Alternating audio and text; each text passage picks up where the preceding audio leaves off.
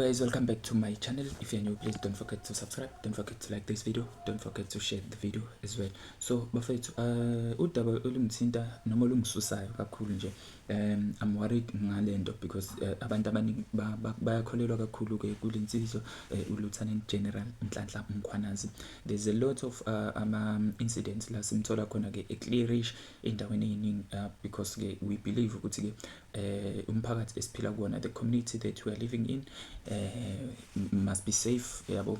Kumele futhi ke kube healthy environment for a living, for ukuphila kwabantu, for anything esisuke ke siyenza thina njengomphakathi. And we believe kuma values nje umphakathi wonke abantu ke kumele ke baphile ngaphandle kokusaba, yabo. So ingakho ke gcineni naye umthola enza umsebenzi wakhe nje as designated by ngizothi ke Criminal Procedure Act. So bafowethu la simthola ke kodwa ke eselinqinamba noma ke challenge yokuthi ke uma enza umsebenzi wakhe kunezinto eziba ama loopholes. I don't know if lezi zinto ziya createwa or lezi zinto lezi ziyiqiniso, yabo, noma zinobuqiniso obungakanani. But then ke kuye kwenziwa ke ucwaningo noma ke kuthiwa lapho ungqongqoshe wamaphoyisa umnomzana uSenzo ke wakwamchunu lapha ke kuthiwa ke uye kwanezinto ke noma ke ucwaningo ke kuthiwa ke ulenzile noma ke kumele alenze, yabo. Ungqongqoshe wamaphoyisa uchaza ke ngophenyo ke olwenziwa ke ngoLieutenant Nhlanhla Mkhwanazi. Lolu daba ke sikutholela lona lapha ke kwelinye lamaphephandaba ethenjwe kakhulu la eNingizimu Afrika lesizulu. So bafowethu la kuthiwa ke uphiko lolu oluphenya ke amacala ke amaphoyisa elaziwa ke ngeIPD. Alright, luthi ke liyaqhubeka nophenyo lapha ke ngokomshana ke wamaphoyisa lokhungana wala KwaZulu Natal uLieutenant Nhlanhla noma ke uGeneral Nhlanhla Mkhwanazi ngeinzolo ke zokuphazamisa ke ukuboshwa kwesikhulu ke sezuhlunyuleliswa ke kwezimilo eRichards Bay ngonyaka ka2023. Right, I don't know ukuthi ke why lento ke izoqhamuka kulonyaka after yonke lemisebenzi ke ayenzile emihle noma yonke lemisebenzi ke ayenzayo emihle, yabo. This gives a sense of ukuthi ke there might be some of officials or our people of higher authority ke behind the scenes abazama ke umvala ezintweni ezithile ayidiscoveryo noma ke azenzayo as umuntu ke womthetho, yabo. Kuthiwa ke lolu phiko okuyi-IPD lucele ke umkhuzi wamaphoyisa KwaZulu Natal ukuba ke athumele istatement ke esifungelwe ukuphendula ke imibuzo ke athunyelwe yona kungakadluli ke umhla ka19 kuyona lenyanga, meaning usesalelwe njengoba kumhla ka17 namhlanje usesalelwe ke u2 days, yeah. Usesalelwe usuku olulodwa, it's only tomorrow and then the day after. So ake siqhubeke nalo lolu daba bafowethu. Yeah, kuthiwa ke right, kuthiwa ke lolu phiko luthi ke kwaba yiphutha kubhalwa lapha ke noma ke ukubhalwa kwencwadi eyabhalelwa ke uLieutenant General Mkhwanazi ibamba ke lenhloko iyophenyo ke kuIPD. Ithi ke ungqongqoshe wamaphoyisa ucela ke iIPD ukuthi ke iphenye uCommissioner ke wesifundazwe. Okay, ukumcaphuna nje lapha ya kuthiwa ke uthe lolu phenyo luwumphumela wesikhalo esingaziwa esivela ke emphakathini. Yizwa leyo nto.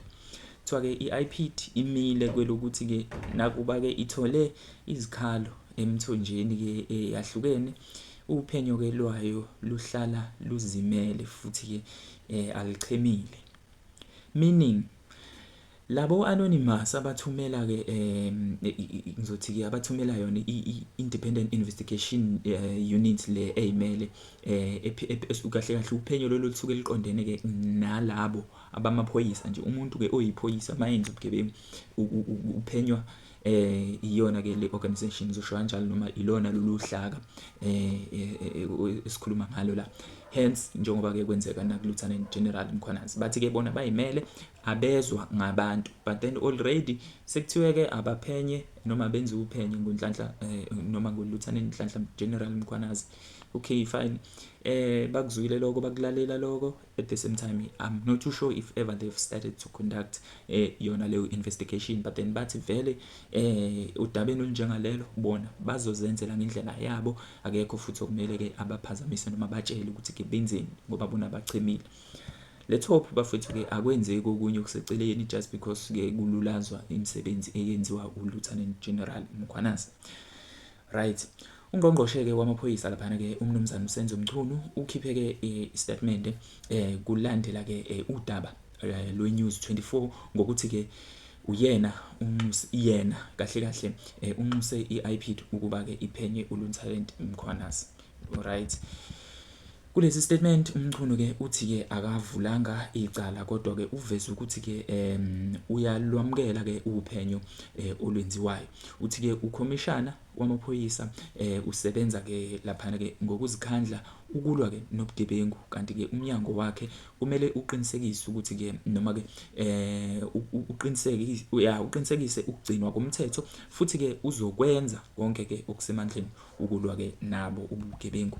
So uphinda futhi kumcaphuna lapha ke uSenzo Mchunu uphinde futhi simcaphune lapha ukuthi ke iIPID uphiko ke oluzimele ngokusho kwakhe olisebenza ngaphandle nje kokwezelela noma kokwenzelela, futhi ke izinqumo ke abazithathayo ngamacala ke aphenywayo zithathwa ilona lolu phiko, yabo, futhi zenziwa ngokuthi ke zizimele. If ever mhlambe uLieutenant khona la kutholakala ukuthi kunogcopho khona ke ngokophenyo, kuzomela futhi lokho kuhanje kulandelelwe kahle kahle ke ngokwendlela yakhona.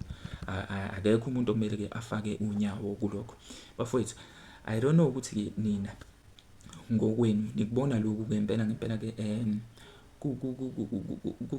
kuyinhloso yokuphazamisa ini, yabo, kuyinhloso yokuphazamisa mhlambe ukusebenza noma ukwehlisa izinga ukwehlisa izinga lokusebenza kwemphathi lo wamaphoyisa kwaZulu Natal, noma mhlambe ke ingoba vele kufanelekile ukuthi kwenzeke. But then again, if ever unombono ke you can comment on the section down below. Do not forget to like this video. Don't forget to share your views. Bafowethu, don't forget to share the video as well. Don't forget to subscribe. Danko.